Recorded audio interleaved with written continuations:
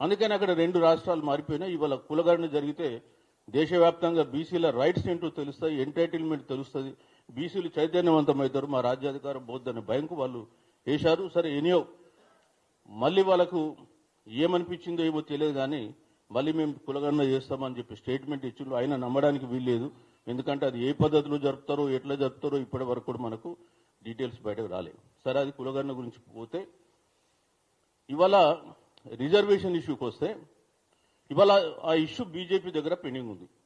కేంద్రంలో పోరాటం చేయాల్సింది ఇప్పుడు కేంద్రం మీద కూడా చేయాలి మనం.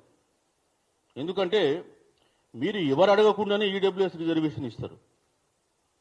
వడ్డించేటోడు మనోడైతే ఎక్కడున్నా మనకేం బాధలేదు.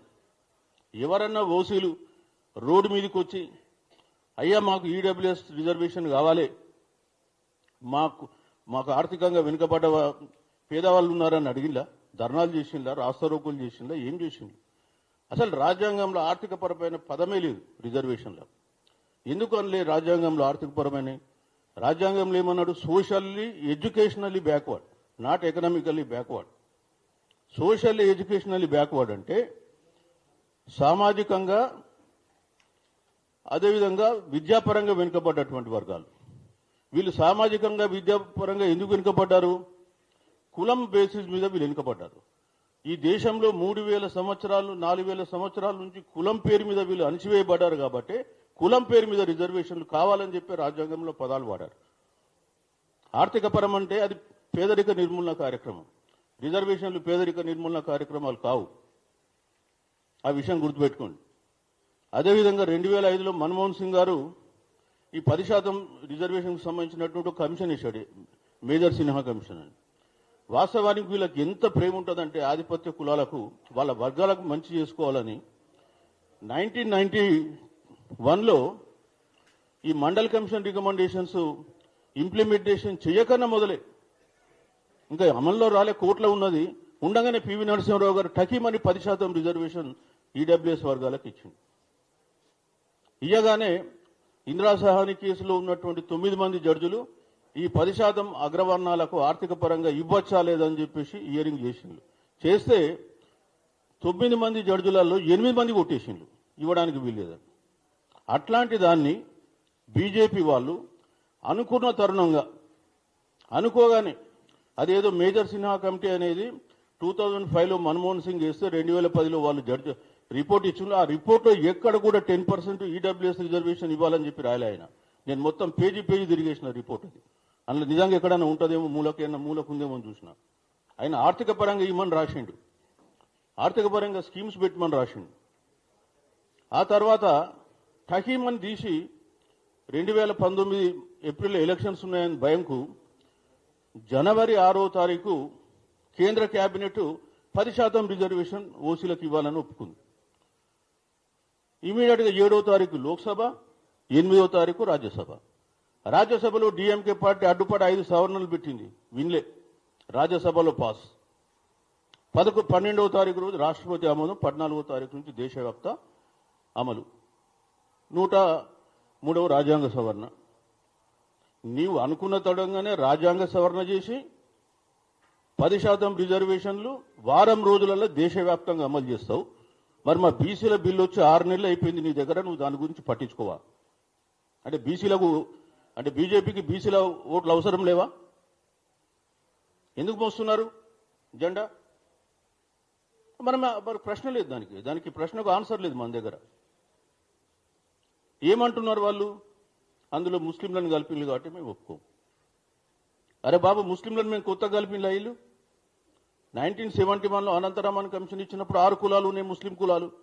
వాళ్ళ జనాభా 2% ఉంది. అప్పుడు 2007లో అప్పుడు ఉన్నటువంటి వైఎస్ రాజశేఖర రెడ్డి గారు 14 కులాలు కలిపాడు.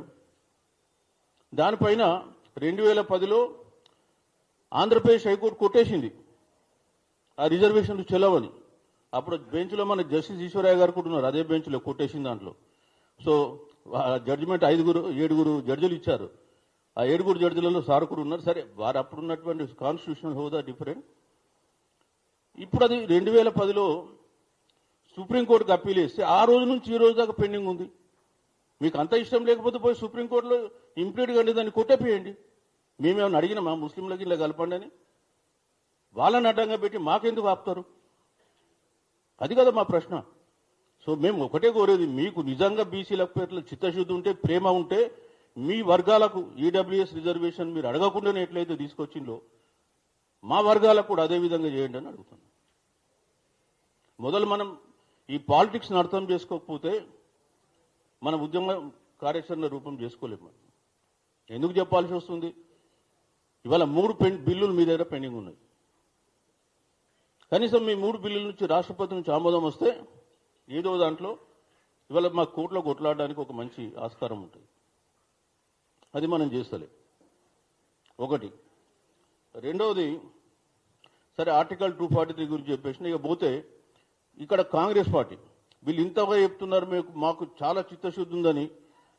ఇదే వీళ్ళ అధినేత మాట్లాడితే సామాజిక న్యాయం, రిజర్వేషన్ సీలింగ్ బద్దలు కొడతామని చెప్పే వీళ్ళు మొన్న పార్లమెంటు వర్షాకాల సమావేశాలు నడుస్తుంటే దాదాపు 35 రోజుల సమావేశాలు నడిచినాయి. ఒక్క నిమిషమన్నా పార్లమెంట్ లోపట ఈ బిల్లులు వచ్చినాయి తెలంగాణ నుంచి పెండింగ్ ఉన్నాయని చెప్పి అడగలే. మరి ఇంకేం అడుగుతారండి మీరు? 24 గంటలు బయటకు వచ్చేస్తే మేము బీసీల గురించి అది మేము సీలింగ్ బద్దలు కొడతాం, ఇంకేదో బద్దలు కొడతామని చెప్పేటోళ్ళు. ఇది వాళ్ళ సమాజం. ఇకపోతే కోర్టులలో కూడా మనకు న్యాయం జరుగుతుందని నమ్మకం లేదు. ఇవాళ మీరు ఈడబ్ల్యూఎస్ రిజర్వేషన్ సంబంధించే మనం మాట్లాడితే ఆల్రెడీ సుప్రీంకోర్టు 9 మందిలో 8 మంది జడ్జిలు కొట్టేసిన దాన్ని రాజ్యాంగ సవరణ చేసి వీళ్ళు ఆర్థికపరమైన రిజర్వేషన్లు చేస్తే 5 జడ్జిలలో 3 జడ్జిలే ఒప్పుకున్నారు, 2 సీనియర్ జడ్జిలు ఒప్పుకోలేరు. రవీంద్ర భట్ అండ్ ఇంకొకరు ఉన్నారు సీనియర్ జడ్జి లలిత్, వీళ్ళిద్దరు ఒప్పుకోలేదు. సీనియర్ జడ్జెస్ వీళ్ళిద్దరు, చీఫ్ జస్టిస్ లలిత్, రవీంద్ర భట్, అంతే కదా సార్, ఆయన ఒప్పుకోలేదు. కాబట్టి 3 ఒప్పుకున్నారు కదా అన్నారు. ఇదే దాన్ని నారిమన్ అని ఇంకొక జడ్జి ఉండే, ఆయన సీనియర్ జడ్జి, రిటైర్ అయినాక కేరళ పోయి తిరుచునాపల్లిలో తిరువనంతపురంలో ఒక కృష్ణ మెమోరియల్ ఒక ఉపన్యాసం ఇస్తూ సుప్రీంకోర్టు మీద దుమ్మెత్తిపోసిండు. ఆయన సుప్రీంకోర్టు జడ్జి అయి ఉండి ఎట్లా ఇస్తారు ఈ జడ్జిమెంట్ వీళ్ళని? ఇది సుప్రీంకోర్టులో జరుగుతుంది. నువ్వు 50% సీలింగ్ దాటద్దంటావు. సీలింగ్ ఎవరు పెట్టిండ్రు? రాజ్యాంగం పెట్టిందా?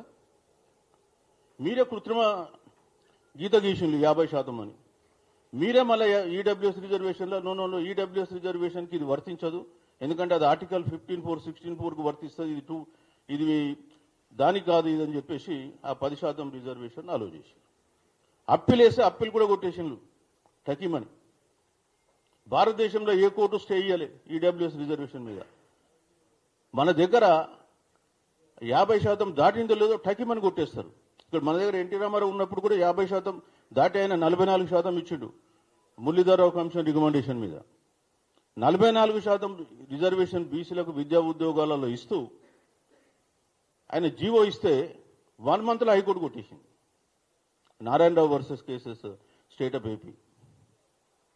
అది జరుగుతున్నటువంటి అంశం. మన ఇష్యూలకు వస్తే కొట్టేస్తారు. మన 34% మొన్న బీఆర్ఎస్ ఇస్తే బీఆర్ఎస్ కూడా కొట్టేసింది. సో ఇక్కడ కోర్టులలో మనం ఎట్లా పోరాడితే మనం విజయం సాధిస్తామనేటువంటి విషయాన్ని కూడా మనం గుర్తుపెట్టుకోవాలి. ఇవాళ 50% సీలింగ్ను దాటి 10% ఈడబ్ల్యూ చేసినప్పుడు ఒక మాట అన్నారు వాళ్ళు, ఏంటంటే 50% అనేది basic structure of the constitution కాదు, దాన్ని ఎప్పుడన్నా రిలాక్స్ చేయొచ్చు అన్నారు. కాబట్టి ఇప్పుడు మీరు ఆల్రెడీ దాన్ని వైలేట్ చేసిండ్రు కాబట్టి మాకు కూడా అది ఇవ్వాలని చెప్పేసి మనం ఇలా పోరాడడానికి మంచి ఆస్కారం ఉంది. అది జస్టిస్ గారికి కూడా తెలుసు. వారు కూడా దాంట్లో బీహార్ కేసులో ఇంప్లీడ్ అయ్యిండ్రు. వారు కూడా బీహార్లో పులగడ్డ జరిపి 68% రిజర్వేషన్ వాళ్ళు తీసుకొస్తే బీహార్ హైకోర్టు కొట్టేస్తే మళ్ళీ సుప్రీంకోర్టులో రాష్ట్ర ప్రభుత్వం వేసింది, అందులో ఇంప్లీడ్ వారు కూడా అయినారు. అందులో ఓకే సార్, మీరు ప్రెస్ చేసిందా? Okay right sir, thank you sir. Fresh application writ petition అక్కడ సుప్రీంకోర్టులో ఫైల్ చేయడం జరిగింది. సో మేము ఎందుకు అంటున్నామంటే, ఒకవైపు మనం చేయాల్సిన 2 మార్గాలు. ఒకవైపు గవర్నర్ ఇక్కడ ఉన్నటువంటి పొలిటికల్ పార్టీల మీద ప్రెషర్ పెట్టాలి, రెండోది న్యాయపరంగా పోరాటం చేయాలి. ఇవి 2 చేయకుండా మనం ఊరికే కూర్చుంటే లాభం లేదు. ఎట్లుంటుందంటే, ఎన్టీ రామారావు గారు 44% రిజర్వేషన్ హైకోర్టు కొట్టేస్తే సుప్రీంకోర్టుకు అప్పీల్ కూడా పోలే ఆయన. ఎందుకంటే అడిగేటోళ్ళు లేడు ఇక్కడ. బీసీలలో అప్పుడు ఎక్కడుందా చైతన్యం? పోయిందా సార్? పోలే కదా. మరి పోలేరు ఎవరు, కనీసం అప్పీల్ చేయలే. ఇవాళ మనం కొంత చైతన్యమైనాం కాబట్టి ఇవాళ ప్రభుత్వాలు కొంత భయపడుతున్నాయి. సో ఇవాళ మనం చేయాల్సింది ఏంటంటే, ఇవాళ బీఆర్ఎస్ గురించి నేను చెప్పలే, ఒక 2 నిమిషాలు చెప్పి మళ్ళీ మనం చేయాల్సిన దానికి వచ్చి నేను ముగిస్తా. అది మీరు చేయాల్సిందే చెప్తా సార్. మనం అన్నీ చెప్పాలి. ఎందుకంటే మేము ఒకటే, బీఆర్ఎస్ గవర్నమెంట్ లాస్ట్ టైం 34% ఇచ్చింది, అది హైకోర్టు కొట్టేసింది. ఓకే, మేము దాని మీద తప్పు పడతలే. మేమేమంటున్నామంటే ఇప్పుడు ఈ సమయంలో 42% రిజర్వేషన్ పైన వాళ్ళ అగ్రనేతలు మాట్లాడతలే. ఇప్పుడు మా శ్రీనివాస్ గౌడ్ గారికి ఇంట్రెస్ట్ ఉంది, పాపం ఆయన ప్రతి మీటింగ్ పెట్టి ప్రతి మీటింగ్లో వస్తున్నాడు. ఆయన పార్టీ అధిష్టానం ఆయనకు సమ్మతిస్తుందా లేదా పక్కన పెట్టి అయినా నా బీసీ జాతి కొరకని ఆయన వస్తున్నాడు. అట్లనే మధుసూదనాచారి గారు వస్తున్నారు, తర్వాత బండా ప్రకాష్ గారు వస్తున్నారు. కానీ అలా పార్టీలో ఇద్దరు అగ్రనాయకులు ఒక్కరు మాట్లాడరిందే 42% మీద బీసీల గురించి మీకు అవసరం లేదా? నేను వీరిని తప్పుపడతలేదండి, ఆడ పార్టీ స్టాండ్ని తప్పుపడుతున్నా. మీరు ఒక్క మీటింగ్ అన్న 42% మీద పెట్టిందా? కరీంనగర్లో పెడతామన్నారు, వర్షం పోయింది, మళ్ళీ 16 తారీఖు అన్నారు, అది పోయింది, ఇప్పటి వరకు మీరు పెట్టారు. ఎందుకు పెట్టరు? ఏం బీసీల గురించి మీరు మాట్లాడరా? రేపు మీరు బీసీలకు ఓట్లు ఎట్లా అడగేస్తారో మేము కూడా చూస్తాం. మరిగా మీరు ఒకటి గుర్తుపెట్టుకోండి, అన్ని రాజకీయ పార్టీల కుట్రలు. నేను చెప్పేది ఏంటంటే, ఏ రాజకీయ పార్టీకి ఇవ్వాలని చిత్తశుద్ధి లేదు. కాంగ్రెస్ కూడా చిత్తశుద్ధి ఉండుంటే ఇక్కడ అఖిలపక్ష సమావేశాలు పెట్టి వాళ్ళ అనుమానాలు ఏంటో నివృత్తి చేసి ఇక్కడ నుంచి ఒక డెలిగేషన్ తీసుకెళ్లి ప్రధానమంత్రిని కలిసి ఒప్పించి ఉంటే అది వేరే తీరు ఉండేది. తమిళనాడులో అదే మోడల్ కదా వాళ్ళు చేసింది. జయలలిత ఏం చేసింది? అఖిలపక్ష సమావేశాలు పెట్టి 6 సార్లు పెట్టింది. వాళ్ళ అనుమానాలు ఉంటే ప్రతిదీ కూడా నివృత్తి చేసి ప్రతిజ్ఞ చేసి ఢిల్లీకి పోయి, ఎట్లయితే కేసీఆర్ ఒకసారి నేను ఢిల్లీకి పోయి కానీ సావో తెలంగాణ రావడమో అన్న ప్రతిజ్ఞ పట్టినట్ట ఆమె కూడా అక్కడ పోయి 9th షెడ్యూల్లో పెట్టుకొని వస్తా, లేకపోతే నేను ఢిల్లీ నుంచి ఇక్కడికి రానని చెప్పి పోయి పెట్టించుకొని వచ్చింది ఆమె. మరి ఆ కమిట్మెంట్ ఏది? మేమేమంటున్నామంటే, ఇవాళ పార్లమెంట్లో కాంగ్రెస్ పార్టీకి ఇండి కూటమికి 235 మంది లోక్సభ సభ్యులు ఉన్నారు. ఇవాళ ఉన్న కేంద్ర ప్రభుత్వం కూడా అబ్జల్యూట్ మెజార్టీతో ఉన్నదేం కాదు, సంకీర్ణ ప్రభుత్వం అది. ఆ రోజు కూడా పివి నరసింహారావు సంకీర్ణ ప్రభుత్వం. జయలలితకు ఉన్నది 39 మంది లోక్సభ సభ్యులు. 39 మంది లోక్సభ సభ్యులతో ఆమె పార్లమెంట్లో ఒప్పించుకొని వచ్చింది. నీకు 235 మంది ఉన్నారు, మనకు కావాలంటే తోడుగా రావడానికి నితీష్ కుమార్ కూడా ఉన్నాడు, ఎందుకంటే వాన్ బిల్లు కూడా పెండింగ్ ఉంది. కాబట్టి వీళ్ళందరినీ కలుపుకొని పోయి కేంద్రం మీద ప్రెషర్ పెట్టి సాధించుకొని రావాల్సింది వాళ్ళు కూడా చేయలే. ఇక్కడిక్కడ తిరుగుతున్నారు, కానీ అసలు యుద్ధం చేయాల్సిన దగ్గర యుద్ధం చేస్తారు. సో ఇక్కడ యుద్ధం చేయాల్సింది మనం ఫస్ట్ కేంద్రం పైన చేయాలి. రెండోది ఇక్కడ ప్రజాభిప్రాయాన్ని మనం బిల్డప్ చేయాలి. ప్రజల్లో అంత అనుకున్నంత చైతన్యం లేదు. ఎవడికో వస్తుందట, ఎవడికో పోతుందంట, నాకేంటి అని. కానీ అది తప్పు. ఇవాళ తమిళనాడులో మీకు 1950 చంపై దురైరాజన్ కేసు. అప్పుడు హైకోర్టు ఏమన్నారంటే, రాజ్యాంగంలో రాసింది లేదు ఆర్టికల్ 15(4) కింద విద్యలో రిజర్వేషన్లు ఇవ్వాలని. ఎడ్యుకేషన్ ఇన్స్టిట్యూషన్లో రిజర్వేషన్ లేదు ఒరిజినల్ రాజ్యాంగంలో. లేకపోతే హైకోర్టు కొట్టేస్తే చంపకరాజన్ కేసులో పెరియార్ గారు ఆగస్టు 14th రోజు తమిళనాడు బంద్ ఇచ్చిండు 1950. తమిళనాడు బంద్ కాలిస్తే తమిళనాడులో ఒక్క ఈగ కూడా కదలలే, చీమ కూడా కదలలే. 18 మందో 20 మందో మరణించింది. రాజ్యాంగాన్ని మొత్తం కాల్చిపడేశారు ఎక్కడిదక్కడ. ఒక 2 నిమిషం. సో ఆ సందర్భంలో కేంద్ర ప్రభుత్వం దిగొచ్చి అంబేద్కర్ గారిని పిలిచి, నెహ్రూ దీన్ని చల్లార్చాలి, ఏంటంటే రాజ్యాంగాన్ని సవరణ చేద్దామంటే మొట్టమొదటి రాజ్యాంగ సవరణ అదే 15(4). అట్లాంటి ఉద్యమం ఇక్కడ వస్తే ఎవడన్నా భయపడతాడండి.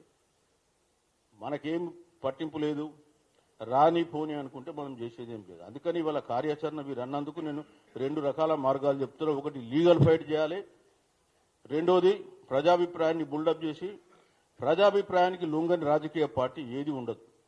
చచ్చినట్టుగా లొంగుతాడు వాడు. రేపు వాళ్ళ కదా ఓట్లు. ఎవడేస్తాడు ఓట్లు?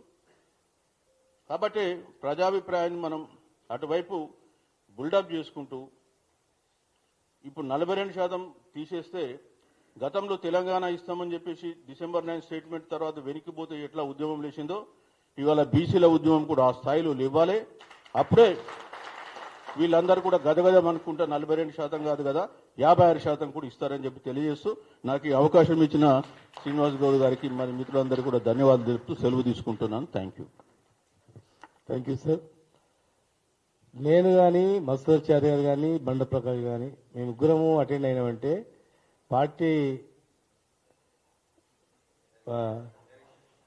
అడ్వైజ్ ప్రకారమే డైరెక్షన్ ప్రకారమే కదా సార్. వాళ్ళు వద్దంటే మేము పోతామా సార్? ఖచ్చితంగా మేము ఇచ్చినామంటే ఆ స్టేట్మెంట్ వాళ్ళు ఇచ్చినట్లనే, మేము ఇచ్చినామంటే వాళ్ళు ఇచ్చినట్లనే, మేము అటెండ్ అయిన వెంటనే పార్టీ స్టాండ్ లాగానే మీరు విలువండి. మీరు ఏ పిలిపిస్తే మేము అమలు చేయకపోతే చూడండి.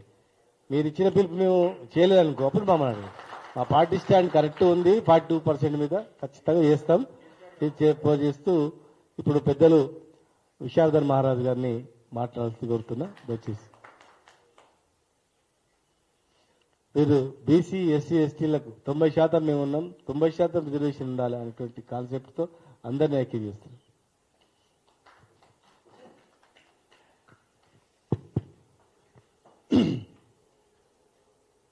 42% రిజర్వేషన్స్ సమాలోచన సదస్సుకి సభాధ్యక్షత వహిస్తున్న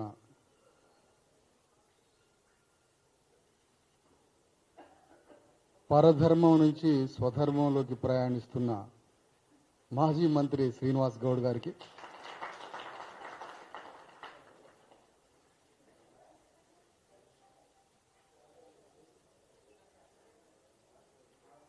మనందరం గర్వపడే మనకి ఒక మాజీ జస్టిస్, ఉమ్మడి Andhra Pradesh high court chief justice, BC national commission chairman justice Eshwaraiah గారికి, మాజీ ఐఏఎస్ అధికారి బీసీ ఇంటలెక్చువల్ ఫోరం చిరంజీవులు గారికి అధ్యక్షులు, మరియు వేదిక మీద ఉన్నటువంటి బాలరాజ్ గౌడ్ గారికి, ఐలి వెంకన్న గౌడ్ గారికి, ఇంకా వేదిక మీద ఉన్నటువంటి పెద్దలందరికీ, సభలో పాల్గొన్న ప్రజాప్రతినిధులందరికీ, జర్నలిస్ట్ మిత్రులందరికీ నమస్తే.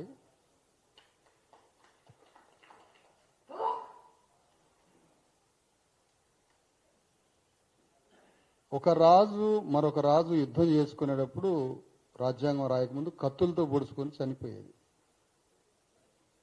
ఎవడు గెలిస్తే ఆ యుద్ధంలో వాడు రాజు అయ్యేది. తర్వాత ఎలక్షన్స్ వచ్చిన తర్వాత అనేక నైతిక ఆయుధాలు వాడాలి. నైతిక ఆయుధాలంటే మేనిఫెస్టోలు రాసుకోవాలి. కేసీఆర్ని చంపాలంటే రేవంత్ రెడ్డి 420 కత్తులు తయారు చేసిండు. ఆ 420 కత్తులల్లో 42% రిజర్వేషన్ కత్తి ఒకటి. అంటే వీళ్ళ యుద్ధంలో పరస్పర యుద్ధానికి కత్తులు కావాలి కాబట్టి ఆ 42% అనేటువంటి ఒక కత్తిని వాడితే కొట్టొచ్చు అనుకున్న రేవంత్ రెడ్డి ఆ కత్తిని కూడా పాపం ఏ ఊరు దొరక్క కామారెడ్డి అనే రెడ్డి ఊరిలోనే తీర్మానం చేసిండు. అసలు చస్తంటే ఈ రెడ్ల నుంచి తప్పించుకోవాలి, మనం చస్తంటే ఆ డిక్లరేషన్ కూడా అక్కడ జరిగింది. సంతోషం. ఆ కత్తిని ఇంకా వాడితే తాను ఇంకా బలోపేతం అవుతా అన్న దాంట్లో ఇరుక్కొని అది ఇక్కడ దాకా ప్రయాణమైంది. వాస్తవానికి రేవంత్ రెడ్డి అనే ఒక character, BJP Kishan Reddy character, ఈ ఇద్దరు మండల్ కమిషన్ మొదటిసారి భారతదేశంలో బీసీలకి స్వాతంత్రోద్యమం వచ్చే అవకాశం ఉన్నది, స్వాతంత్రం వచ్చే అవకాశం మండల్ కమిషన్. దాన్ని అమలు చేయొద్దు అన్న పోరాటంలో పాల్గొన్న ప్రధానమైన విలన్స్ ఎవరైనా ఉంటే కిషన్ రెడ్డి, రేవంత్ రెడ్డి. ఇది బేసిక్ పాయింట్. ఇది సంఘ బహిష్కరణ చేసే అర్హత పొందగలిగిన వాళ్ళు వీళ్ళిద్దరు. సంఘ బహిష్కరణ చేయాలి. ఎందుకు? వాళ్ళిద్దరూ మండల్ కమిషన్కి వ్యతిరేకమైన ఏబీవీపీ ఉద్యమంలో ఉన్నారు. అలాంటి వ్యక్తి 420 హామీలు ఈ కత్తిని పట్టుకున్నాడు. ఈ కత్తిని పట్టుకొని దీన్ని అనేక రకాలుగా ఆటలాడుతున్నాడు. ఇక్కడ ఒక్కోసారి మనకు అర్థం కాని పరిస్థితి ఏంటంటే, సమయం లేదు, ప్రెస్ క్లబ్ టైం అయిపోతుంది, పెద్దలు ఈశ్వరయ్య గారు మాట్లాడాలి, ఒక 5 minutes మాట్లాడతారు. ఏం జరుగుతుంది అసలు ఈ రాష్ట్రంలో? ఇప్పుడు బీసీ ఉద్యమానికి నాయకుడు ఎవరు అంటే రేవంత్ రెడ్డి అన్నట. ఈ వేదిక మీద ఉన్న పెద్దలు కాదు, రేవంత్ రెడ్డి. బీసీ ఉద్యమం ఎక్కడ జరుగుతున్నది అంటే పాలక వర్గాల మధ్య జరుగుతుంది. అందుకనే ఒరిజినల్ ప్రజాక్షేత్రంలో వీరులతో జరిగే యుద్ధం ప్రజాక్షేత్రంలో బీసీల ద్వారా యుద్ధం కనపడటం. ఎందుకు కనపడట్లేదంటే వాళ్ళకు అవసరమైనప్పుడు బీసీ అనే ఆయుధాన్ని వాళ్లే బయటికి సృష్టిస్తున్నారు, వాళ్లే మీడియాలో సృష్టిస్తున్నారు, వాళ్లే దాన్ని కనుమరుగు చేస్తారు, పైకి లేపుతా ఉంటారు అవసరాలకు అనుగుణంగా. కానీ బీహార్లో జరిగింది ఏంటి? దేశవ్యాప్తంగా మండల్ అనుకూల ప్రభావం దేశంలో ఉన్న సగం జనాభా అంటే ఇప్పుడు 140 కోట్లు అంటే 70 కోట్లు బీసీలు ఉన్నారు. ఆ రోజు కూడా సగం జనాభాగానే మండల కమిషన్ అనే ఉద్యమ స్వభావం ఈ 50 కోట్ల మందికి తెలిస్తే ఆనాడు ఉన్న 100 కోట్లలో ఆ మండల కమిషన్ లో ఉన్న స్పిరిట్ సగం జనాభా ఉన్న 50 కోట్ల మంది బీసీలకు అర్థమైతే తద్వారా రాజ్యానికే వస్తే, కాబట్టి ఈ వాతావరణం రావద్దని కమండల్ ఉద్యమాన్ని తీసుకొని వచ్చాడు.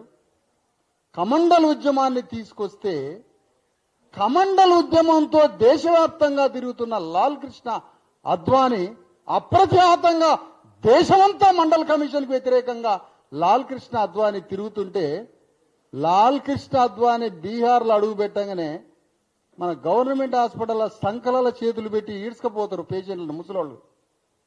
అట్లా లాల్ కృష్ణ అద్వానీ సంకలాల చేతులు పెట్టి ఈడ్చుకపోయి పోలీస్ స్టేషన్ లేచిండు లల్లు ప్రసాద్ యాదవ్. అయినా మనకు అర్థం కాలేదు. ఎందుకో తెలుసా? యజమాని విలువల ప్రకారం బ్రతికేటువంటి వాళ్ళం మనం. మండల్ కమిషన్ మన కోసం వస్తే దాంట్లో పాల్గొనలేదు. తెలంగాణ ఉద్యమం ఉద్యోగాలనే పేరు మీద ఆంధ్ర వాళ్ళు మొత్తం ఉద్యోగాలు దోచుకుంటారు, తెలంగాణ వానికి ఉద్యోగాలు రావట్లేదనంటే మొత్తం ఆ ఉద్యమంలో పాల్గొన్నాం. కానీ ఆంధ్ర వాళ్ళు దోచుకున్న ఉద్యోగాల కన్నా 1 కోటి రెట్ల దోచుకున్న తెలంగాణ అగ్రవాల చెర నుంచి మనకి ఇప్పుడు ఈ 42% రిజర్వేషన్లు వస్తే కొన్ని కోట్ల రెట్ల ఉద్యోగాలు వస్తాయి ఆంధ్ర దోపిడీ కన్నా. కానీ ఈ ఉద్యమంలో మాత్రం మనం పాల్గొనట్లేదు. ఎందుకు అంటే యజమాని ఆదేశం కావాలి మనకి. ఏం చేద్దామంటారు చెప్పండి, మీ పోరాటాలు ఏందో చెప్పండి అని శ్రీనివాస్ గౌడ్ గారు 3-4 సార్లు అన్నాడు. కానీ ఒక్కరన్నా జబ్బలు జరుచుకొని లేచి నిలబడి గొంతెత్తి యుద్ధ వీరులాగా పలానా చేద్దాం అన్న క్యారెక్టర్స్ బయటికి రాలే. ఎందుకంటే యజమాని లేడు ఇక్కడ. యజమాని విలువలతో మనం ఉన్నాం కాబట్టి భారతదేశాన్నైనా బంద్ చేసే స్థాయికి తెలంగాణ ఉద్యమం పోయింది. కానీ అందుకని ఇక్కడ నిర్ణయం తీసుకోవాల్సింది ఏంటంటే, కులగణన అనే ఒక స్వాభావిక లక్షణాన్ని మనం అర్థం చేసుకోవాలి. భారత రాజ్యాంగం అనే కన్న తల్లికి బిడ్డలు కనిపించట్లే, కన్న తల్లికి కన్న బిడ్డలు కనిపించట్లే. కన్న తల్లి తన హృదయాన్ని తన ప్రేమని పంచడానికి తనకి బిడ్డలు కనపడనప్పుడు తల్లి ఏ విధంగా తన ప్రేమని పంచగలదు? భారత రాజ్యాంగం అనే కన్న తల్లికి తన బిడ్డలు కనిపించాలి అంటే కులగణన చేయాలి. ఆ బిడ్డలందరినీ రాజ్యాంగం చూసినప్పుడు భారతదేశంలో ఉన్న సంపదని కులగణన ద్వారా తన బిడ్డల్ని తెలుసుకొని డిస్ట్రిబ్యూట్ చేస్తుంది రాజ్యాంగం. ఇది బేసికల్ ప్రిన్సిపల్ ఇది. కానీ కన్న తల్లికి బిడ్డల్ని కనిపించకుండా చేయడమే